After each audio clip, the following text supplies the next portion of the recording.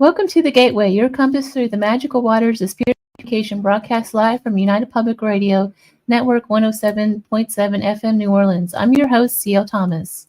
My guest tonight is someone I've met a few years ago, and she's very dear to me. I just love her. We met in one of my favorite places, Virginia City. She's very well known around the Virginia City area, and she might be a ghost herself. I'm not sure. She's known as the Ghost Magnet, and she is intuitive and works with various paranormal TV shows and paranormal investigative groups, such as the Nevada State Prison Paranormal. So let me pour her on here. Michelle, welcome to the show. Hi. I'm so excited to have you on. It's so nice to see your face again. Thank you for having me. So, Michelle, to get us kicked off, how did you get into this?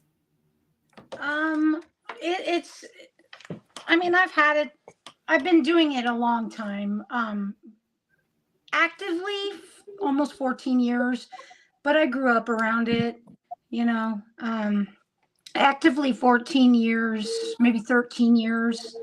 I just, it sparked my interest. I went to an event, I met some people. I investigated with these people, and I was like, this is what I need to do. So I joined a team and was on there for a couple years, was made the lead investigator. But then I thought to myself, I need to go out on my own, because it wasn't what I thought that I needed to do as being on a team. I actually thought, this is my calling and this is what I have to do until my last breath. I mean, it is my passion. So, and I'm here for this reason on earth, is to help the afterlife and to help people that are alive as well. So when you say that to help the afterlife, what do you mean by that? And it's interesting that you say that it's a calling, because it is. Yes. You're absolutely right. It is. The afterlife.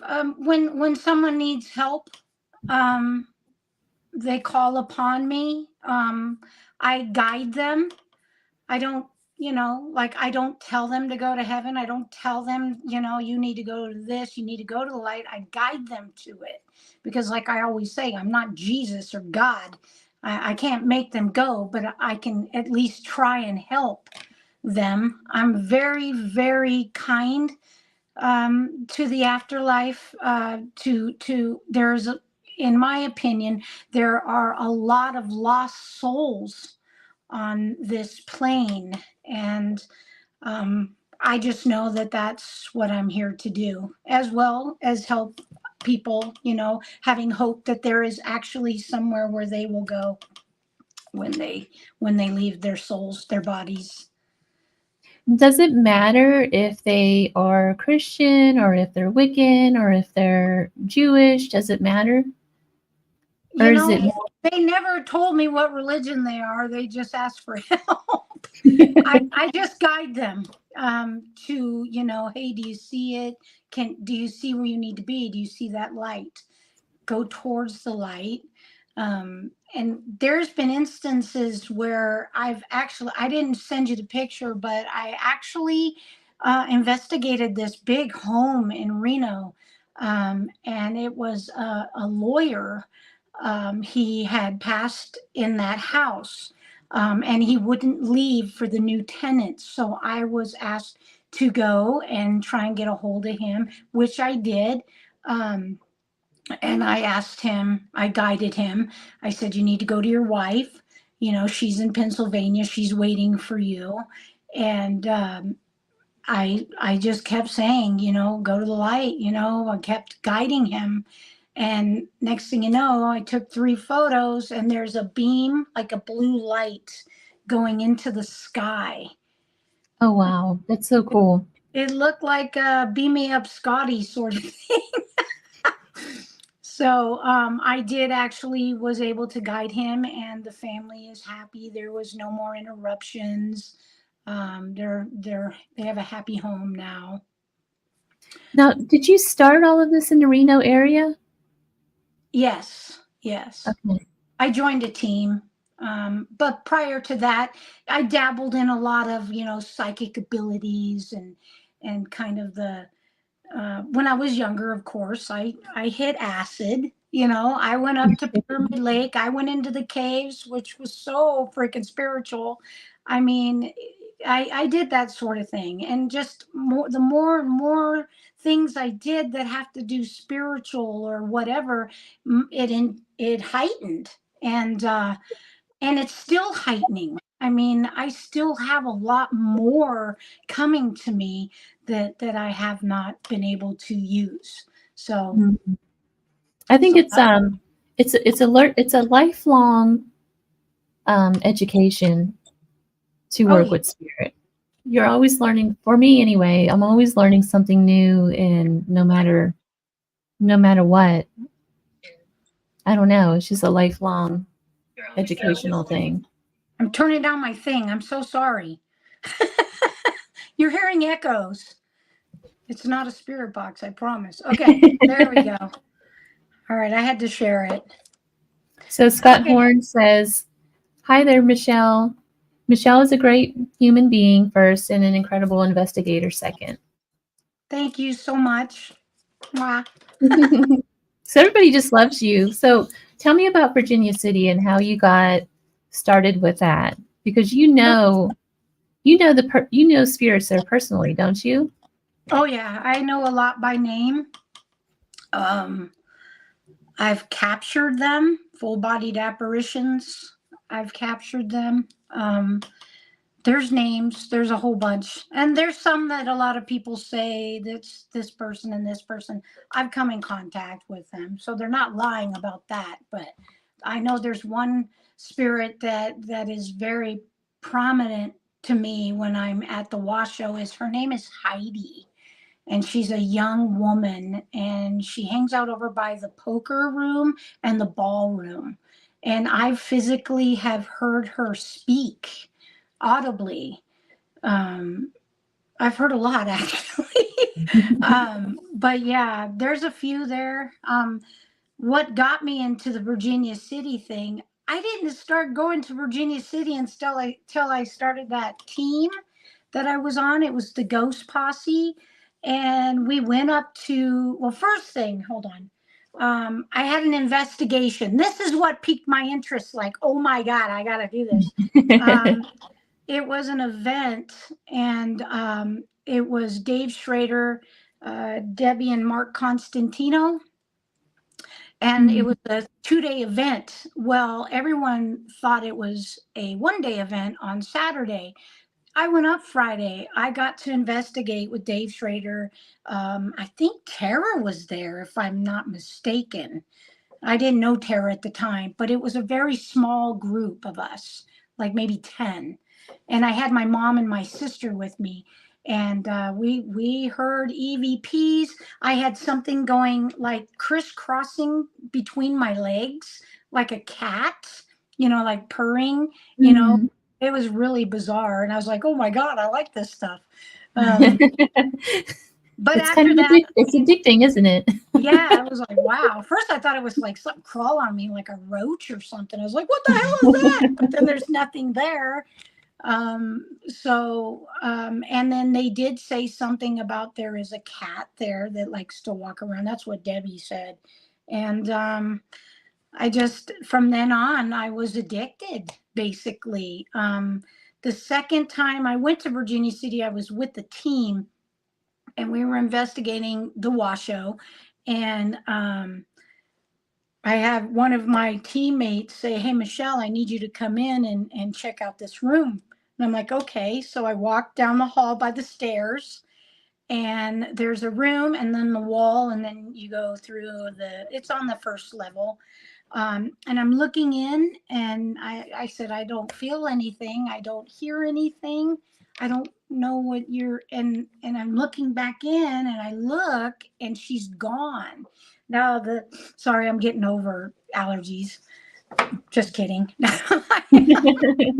um, but so I looked, and she was gone. It was black as black. I mean, I couldn't see anything in front of my face. and I'm calling her name. It's weird because it was like I was in a void. Um, because she said she was standing there looking at me the whole time. But what I saw, and I was speaking, it was like maybe it was like, I can't even explain it. Like I jumped into a different dimension or something. And this thing that had engulfed her kind of blocked the communication part of, I can't even explain it. It's just bizarre. But I'm hollering her name, and the next thing you know, she walks forward like, whoa, like that. And I was like, ah! I mean, I screamed bloody murder because it looked like she stepped in my face. But what happened is that big dark mass is what was engulfing her moved back. So it made her look like that. Um, I started to hyperventilate. I freaked out. I've never seen anything like that in my whole life. And we're walking back into the ballroom. I got chills to this day. We're walking into the ballroom, and they're kind of like calming me down. And I said, I got to face this thing. There's something telling me that I need to face this. So I said, please just let me go by myself and let me face it. So I walked down the hall, and I turned the corner where the stairs are. And I'm like watching, and I'm hearing this, and it is like vibrating, okay, the whole black shadow, and it's pulsating, and it's going vroom, vroom, vroom, like that. And I turned around and I went back to the gang, and I'm like, look, we need to leave now. We need to go. And we left. That was my most intense uh thing that happened to me at the Washoe. But I've investigated every place in that town, every building, except for one that I wish I could. It's the Chapin House. Um, I want to go in there, but it's not open to the public. But I've even investigated the streets of Virginia City and have caught, full-bodied apparitions at 2-3 o'clock in the morning when everyone's gone. But that whole town is very, very haunted. It's very strange. I remember when I was there with you guys, I went up to the cemetery and was standing on the hillside overlooking the town, and you can almost feel all of the, like, hundreds of spirits standing there looking at the town of the living. It's the strangest thing ever. Probably did. You probably did. And I don't question what you say either, because I feel your vibe, and I felt your vibe from the day we met. And I know you're very special. You just don't put it out there yet, and you're still trying to get in tuned with it. So yeah, I'm not sure where I fit. I kind of just don't know where I actually fit, because I don't want to be one of the people. I don't know. I don't want to be a TV medium, I guess. It's the whole thing. You don't have to. Look at me. I mean, I'm not, I could be on TV if I wanted, but you know what? I choose to do what I do for the love of it, and to learn and to teach others about it and mentor people. That is my thing. And that's what I love. I love to help people and teach people. So back to Virginia City, do you feel like it's one of those towns that I've investigated with you and Shane Pittman and a bunch of other people, and had some experiences that weekend with you guys, but it's one of those towns that you walk away and you feel like you've been there for centuries. There was over, I think, 20 to 30,000 people living in that town at one time. Maybe you were there on your past life. I mean, there's so many people that feel that they've been there and they've lived there. And sometimes it does call to you. It calls to me all the time. I mean, like I say, when I'm going up that hill and going around the little roads, and as soon as you turn that special corner, it's like, Virginia City. It's like, oh my God. it's just so exciting. The energy is amazing there. It feels like you're home or something. It's the strangest feeling. Yeah, because you've lived there once.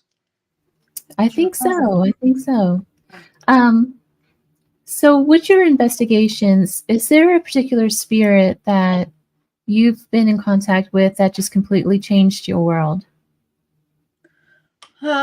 Yeah. The Nevada State Prison, I was attached. Very rare do I get attached, but he's very strong. He's a serial killer. My friend Tammy Benjamin videoed me opening up the death chamber. Now, mind you, the death chamber handle is so hard to turn. And my friend, Susan Bernard, the coordinator of the prisons and the night investigations, asked me to turn it for her because I'm Brutus, because it was so hard. And me, you know how I am. I'm very kind. I'm very, very highly sensitive, empathic, emotional, a big crybaby sometimes. But I was afraid to open that death chamber. And the weird thing is that I said, okay. And I walked up to it hesitant. I was hesitant. I walked up to it. I don't remember opening it. I stuck my finger in between the turner. I flipped it with my finger and it spun. No with way. my finger, yes. We've had many people where we've told, hey, try and turn this wheel, and it's really hard to budge. But I walked over there with like some brute ass strength and spun it with my finger. Now, when I'm holding on to that handle, I open it like I've opened it before. Are you finding the video? Yeah, sorry about that. It's okay. But when I opened that door, I turned around and my face morphed into Mr. Cole. Never call him Carol. And there's a story behind that. If you call him that, okay, we'll look at this. But anyways, watch it. No. Continue. I'm sorry. I was just okay. I was just hearing all that out. Getting it ready. Getting ready. So I don't remember this. And I turn around and I look at my friend like I want to kill her.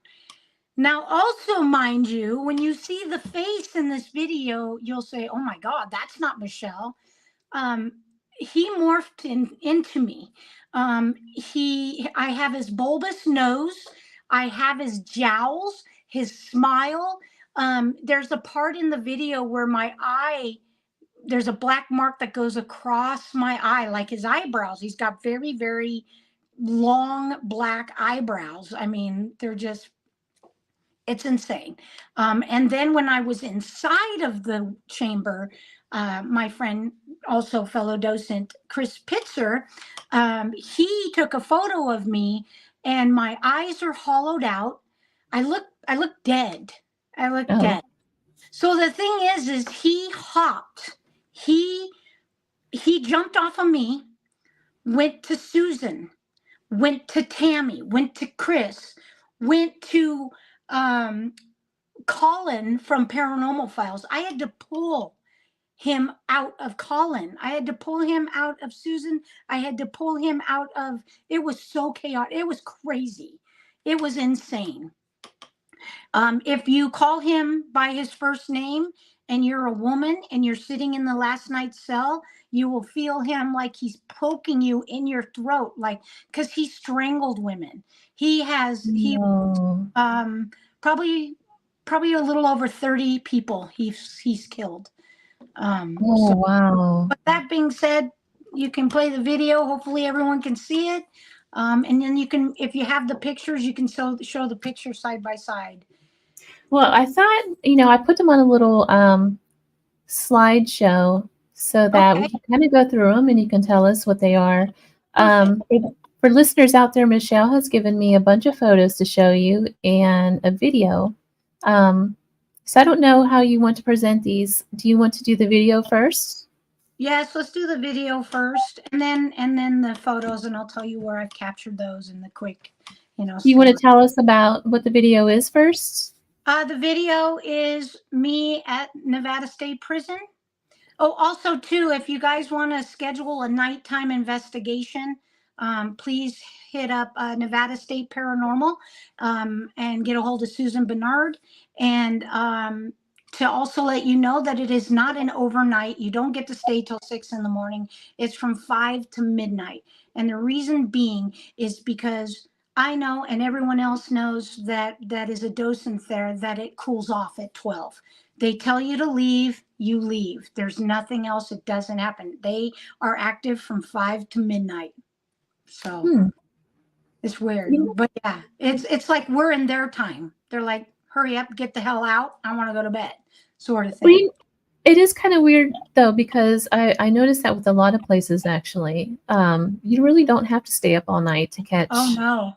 And the thing about the prison, you get caught in one area for the longest time because there's so much activity.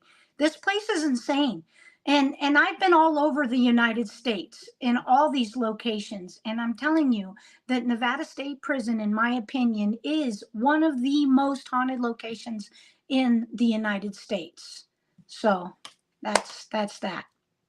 Without further ado, let me see if I can go ahead and play this.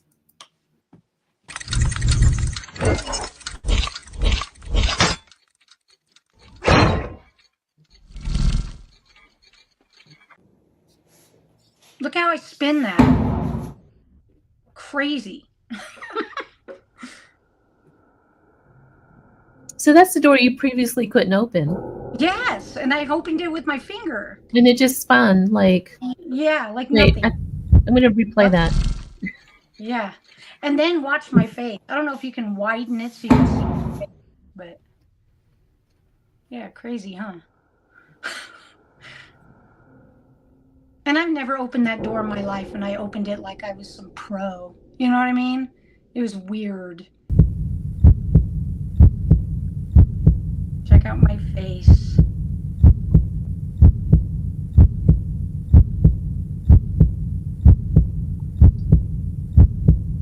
That ain't me, man.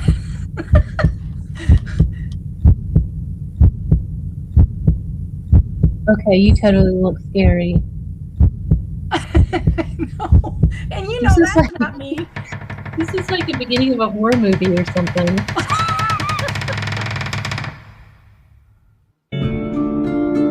Okay, so that, if you can see, that is Carol Cole. I have his bulbous nose. I have his jowls and his smile.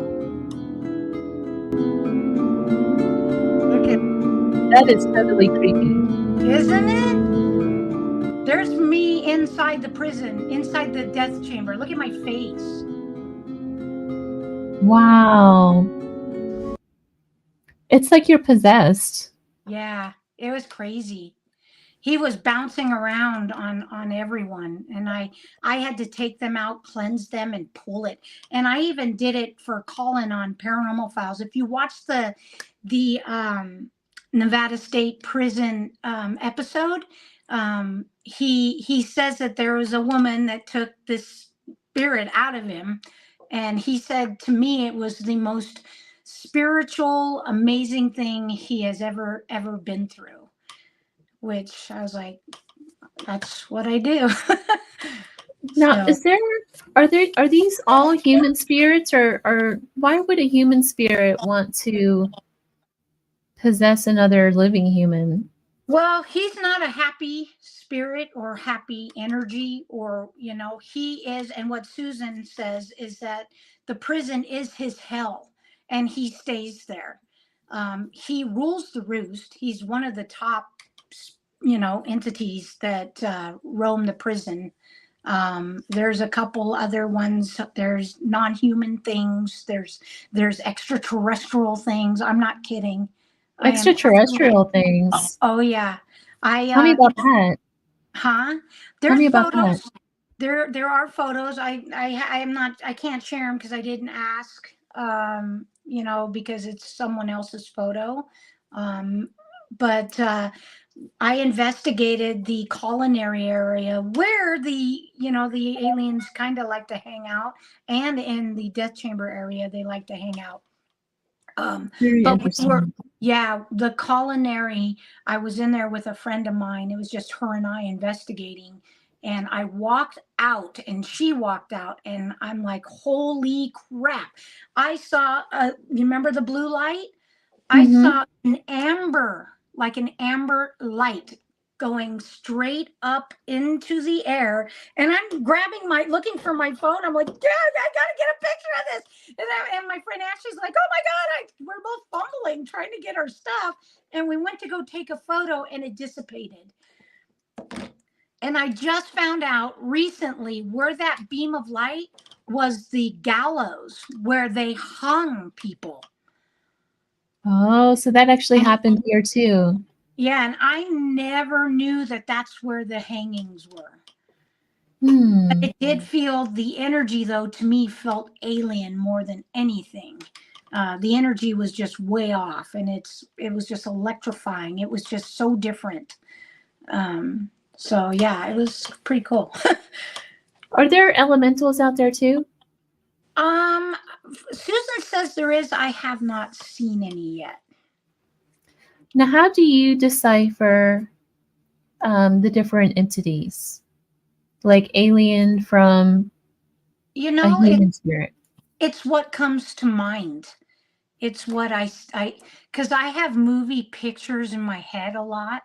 I'll see like flashes of what the entity looks like, what it is.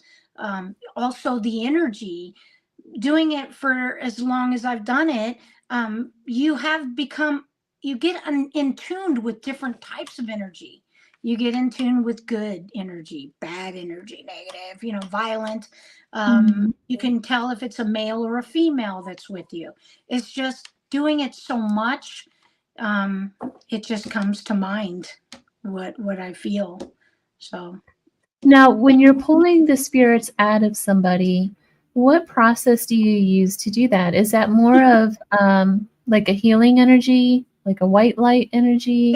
it's a lot of different things. I will. And I realize it's different for everybody, depending on their Yeah, I spiritual beliefs pull. and all that. You've hugged me before. You know how my hugs are. So my hugs are very healing from what people say, and I have made people cry. I've made people smile. I mean, it's just my energy. Um, it can be powerful. I mean, I go to them, I bring them on, I make sure they're on like the earth, nothing that has to do, I want them to pull from the earth. Um, First, what I do is there's a couple times where I have seen someone and I know automatically they are attached. And I'm like, let's go now. And then I've had like grown men collapse in my arms. It's pretty crazy. But I hug them and I pull the energy, which is dangerous. I can pull the energy out of them and exit it out behind me. And then I go and I go through a spiritual thing where I pull from the ground. I have them pull from the ground, have that ball of light at their feet. I also will take some sage as I'm going up. As they're going up, their body with the ball of light, I'll have the sage or whatever, and then I'll also put down the sage, and then I'll put my hands on their body, not on their body. I mean, in front of their body. And some people said that they could feel my energy going over their body, and I just shield them and ground them. I just did one recently. It was a younger adult, and it was so weird when I was doing the cleansing and everything. There were three spirits behind him. I could see their shadows, and we weren't in the prison. We were out. And I said, it's a younger male, an older male, and a very older lady with white hair, white long hair. And he told me that each one of those people that were behind him, he had names for them and who they were. And I saw them. They were protecting him from behind so no one could come towards him. Wow. He had me and them, as a shield. It was really cool. Michelle, there's one thing I wanted you to share with the audience if you could, and it was the story that you shared during one of your presentations that I saw, where you were in that, I think it was a hospital where there was a shooting, and you caught the EVPs from that. I don't know if it's ITC. It's Echo Vox R. It's like one of the first instrumental transcommunication applications. And, a lot of people poo-poo that. But what I captured, you can't get EVR anymore. You can't get that app. And I have it, luckily, but I went there with my mom. We were on our way home from the doctors in San Francisco and stopped. And I'm like, I want to stop. And I tried this application, and this woman came through. And just wait till you find out what happened. I just found out at the end. There was a young girl that was murdered. A guy went into the hospital and shot 3 people, killed 3 people. One lady jumped out of the window, broke her leg. He went back to his place of employment and blew the manager away. But I started the session, and what it does is it's so cool. You can say, I have a pen, spaghetti and meatballs, red shoe, just anything. And the spirits manipulate your words to make it's just so bizarre. But this woman goes, I wish I would have seen him. I heard the audio. I wish we had the audio to play. It's just so sad. No, it's a very emotional video. People break down when they watch it. But you can hear them say, we're here, we're still here, help us. Holy moly, I've been shot. And after I hear holy moly, I've been shot, I knew right then and there it was Pearlie, the older lady. She came through to me. She was talking. So that being said, I sent that audio to one of my friends who went to the Nevada State Hospital, and she was staying at a hotel. Well, the lady out front, the front desk, said, that was my aunt. Her name was Pearlie. And Tammy goes, are you sure? She goes, well, let me hear the audio. So she played the audio, and she goes, that's her voice. That's my aunt. So right there is validation. I had a friend, Kimberly, who is a psychic medium. After one of the events that I showed that presentation to, she went there and she moved them all. She moved them on. So they're not there anymore. I've tried to go back before and nothing came through. So she made it she went the opposite direction just to go help them instead of go straight home. And I'm very grateful for her. But they were all stuck there. It's just such an incredibly sad, but yet it's also an incredible validation story. Oh yeah. I have a lot of validation, and people can just poo-poo it all they want, but I'm there. I'm the one that witnessed it. You're not there, so shut your trap, basically. Well, I think the paranormal is so focused on trying to prove whether spirits exist or not. And I don't know, I'm at a place where I know they exist. I don't want to prove. There is people like that, but so yeah, you just gotta, I've gotten so used to it. It's like, oh, okay, thank you for your opinion. Next. That's what I do. So, right. I don't share a lot on mostly the things that I capture I always use it for educational purposes or my presentations. I don't go out there and show all these, compelling evidence to the regular platforms. I just don't do that. I'll do a couple fun things, but some of that stuff is very dear to me, and it's mine, and I like to share it with the people who honestly wants to see it, and that's it. Well, let me put these photos up here. Okay. And I guess you can talk about, I wasn't sure which, how to put them out. So there's 4 pictures on that, I believe. I was with a friend of mine in Virginia City on what was it, B Street, and we were over by the Opera House and next to the courthouse, and there was this wall, and my friend's like, hey, I just saw something walk out of the wall, and I'm like, well, what is it?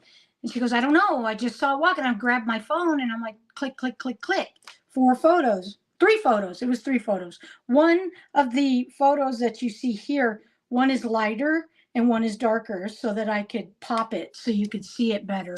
But what it is it's a I have one photo where there's nothing, and then the second photo where he's walking, and it is a cowboy. You can see his hat, his leg, his cowboy boots. Yep, you can see that. He's missing another leg, like he possibly was either manifesting or unmanifesting, if you will, like disappearing. But it was pretty cool to see that. So let's see here, and then there's this. So that's the Hilltop Cemetery in Reno, Nevada. The thing that you see to the left over by the fence line is a shadow person. And if you show the next photo, he is going through the fence line. There it is. There. Oh yeah, back there. Yeah, he's walking through the fence. Yeah. So there's the image, and it's up to it's left stage, kind of left top stage near the fence. Yeah, and there he is walking through. That place gets a lot of cool stuff. So this one here, this is so cool. I mean, this is a lot of my friends and people I know favorite photo that I've ever caught. It was like 1:30 at night, and it was behind the 4th Ward School on B Street. Or is it D? D Street, where Mackey and all those other places are. So I was there, and there's like a propane tank, and I was using a Luminex digital camera. And I took 2 photos. I didn't take 3. I took 2. And then when I looked at it, it was nighttime. And then the second photo was like I jumped into time, which is daytime. And if you look at it, the next photo, not that one. Uh-oh. Nope. I think I might. Nope. I might be missing it. Okay, right there. Okay. So this is the second photo where you see the tank. See the tank? Oh, right here? Yeah. And then it's daytime. The black photo, the dark photo, you can only see the tank. It's 1:30 in the morning. It wasn't daylight. That is what you see the carriage and the horses and the guy with the hat. That is a 1800s photo of D Street in Virginia City. Now, if you look at the photo there, a lot of people are like, oh, it's lens flares, whatever. But if you look careful, you see a carriage. Then in front of the carriage, you'll see 2 men sitting on the carriage with 2 cowboy hats or hats. Mm-hmm. And then you'll see 2 horses in the front, and they look skeletal. And and then I asked Debbie Bender, my friend. She said, yeah, that's where they had their funeral processions, which was on D Street. So that was kind of cool. That is really cool. Yeah. Nighttime today and like that. So that's what the funeral procession would have looked like. Yeah, and if you look, the two horses, there's two horses in the right by the, if you see the, can you see it? Mm-hmm. I can, That's, yeah. yeah, it's pretty cool. That's really neat. So that one with Let the me go mirror and back. the guy, yeah. My friend, I have a photo, but oh my God, I'm gonna have to find it. It's so amazing. I'm gonna look real quick. So my friend was walking away from the spiral staircase at the Washoe Club, and I started to take a photo, and I thought it was like a smudge. But then when I went back, hold on, I gotta find this. Miners, uh, I have to show you this because it's so amazing. I should have sent it to you. 1800s. Let's see if it shows it. Images. No. Oh my gosh. Where? Okay. Oh, I got it right here. Okay. So if you go back to the next image with the mirror. Mirror. This one? Nope. Keep going. Keep going. Right there. That is the image that is shown inside the picture. No way. Really? Of that Yes, face? yes, it's a miner. He's got a long white beard. He's Yep. bald. So I looked up. If you, I'm gonna show you this picture. I looked up miners in the 1800s, and it's really weird because back in the day they were all bearded and Yeah. gruff. Well, I got this picture from the 1800s, and there is a man who is bald and has a long white beard, and he doesn't look like, he's just an older gentleman. I don't know if he's like an Oriental descent, like maybe Chinese, possibly. Mm, Just I can't even tell you, but it's so weird. So I'm gonna put it up there. I don't know if you can see him. I see him. Wow. Everybody else is gruff and just, and then you got him. Just there he is. Yeah, he kind of looks like he might be Oriental. Doesn't that look like him? It does. When I saw that picture, I was so floored. But yeah, that's one of my favorites. And then I went back later on, took photos, didn't see any smudges, so it was bizarre. Now, the Washoe Club, though, that was for really millionaires, basically, right? So yeah, it was a millionaires club. The winding staircase was to bring the women, the ladies of the night, upstairs to the millionaires. So do you think this guy was a millionaire? I don't know. He might have been, because when you look at that, he's different looking. He's just different. So I don't know, but it's just weird. It's unexplainable. And that's the cowboy, the before and after photos. My consecutive. That's the one that should have been. I'm Yeah. sorry, I'm using order correctly. Sorry about that. No, it's okay. I just sent you. I just gave you a dump full, but that's pretty much it. That's some of the things. I have so much more, so much. Okay, I'll remove that. So Michelle, all these spirits always, it seems like everywhere you go, you pick up EVP, photos, all kinds of different things. You get a lot of paranormal activity. What about you makes this happen? Why are spirits drawn to you? Gosh, because I'm a chosen one. I don't know. I'm a chosen one. I probably because of my spirit. My spirit is loving. It's kind. It's nurturing. Um, I have a lot of gifts, if you will, or things given to me by some higher power, obviously. But this is what I'm chosen to do. I have a lot of witches in my family from Scotland.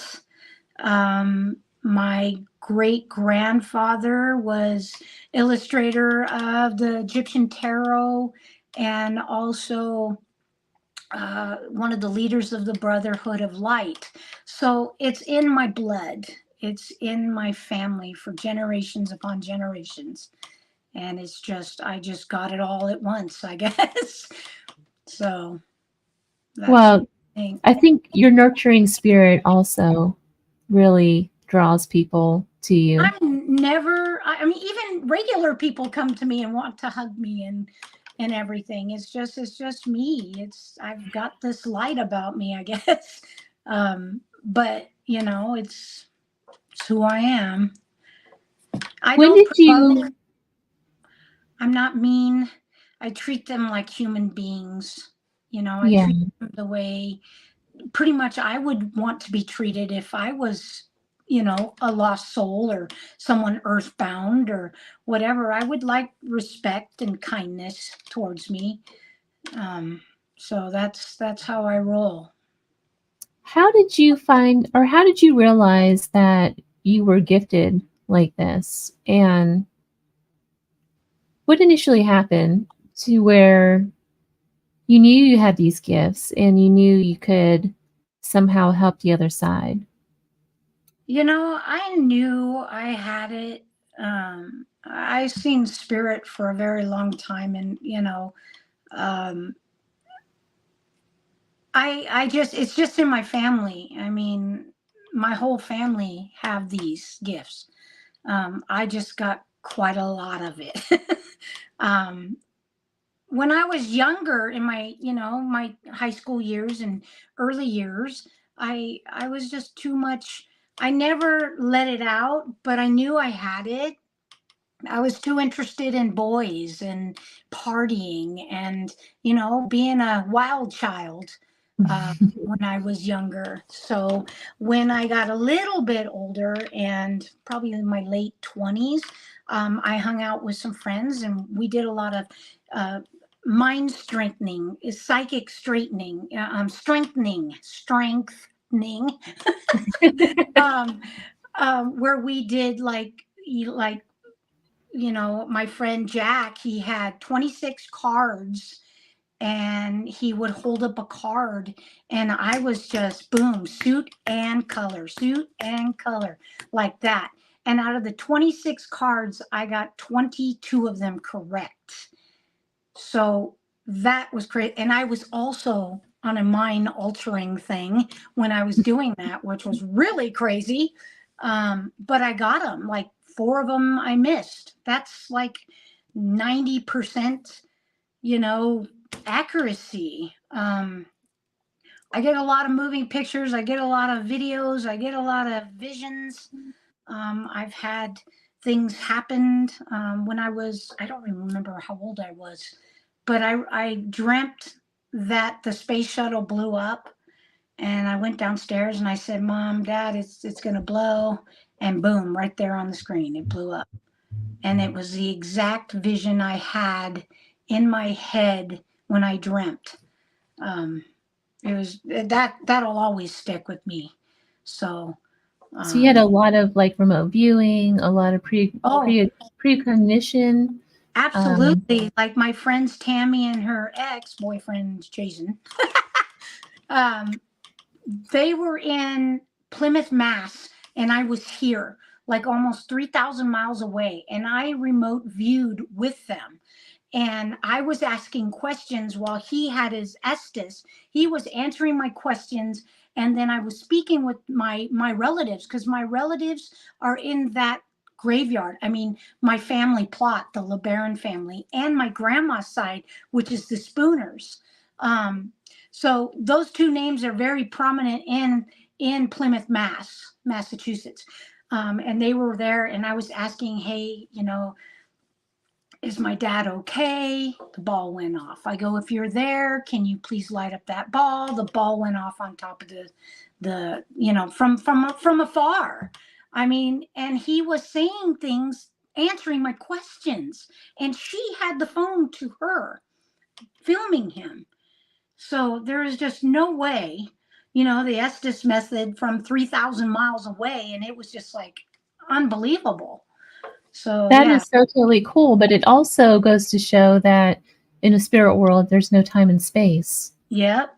So just with the right connection, which you were the connection to that. Yeah, it was incredible. Incredible. That is really that's a neat experiment. Yeah. Slowly reenactment. And we even went live too, but and then I don't know where that live is. I'll have to find it and I'll share it with you. But it was amazing. That's really cool. And then we found out that we're related, Tammy and I, by some family member that was on the Mayflower, which her and I are, related in that way. It was so bizarre. It was so cool. So what do you have coming up? We're like at the bottom of the hour already. Can you believe it? It always goes quick. Yes. So where can people find you, first of all? You can find me on TikTok. You can find me on Instagram. You can find me on Facebook. I have YouTube, but I'm not really going full force with that until next year. I'm gonna start doing some traveling and collaborating with people all over the United States. Just pick somebody from a certain state and say, let's go, let's film, let's investigate together. I'm kind of got that idea. I would like to, investigate with other people and, learn from them, let them learn from me, and have a great time. But that's what I'm hoping to do. Things always change, Right. But it sounds like fun. If anybody out there wants to collaborate with me and investigate with me, just let me know.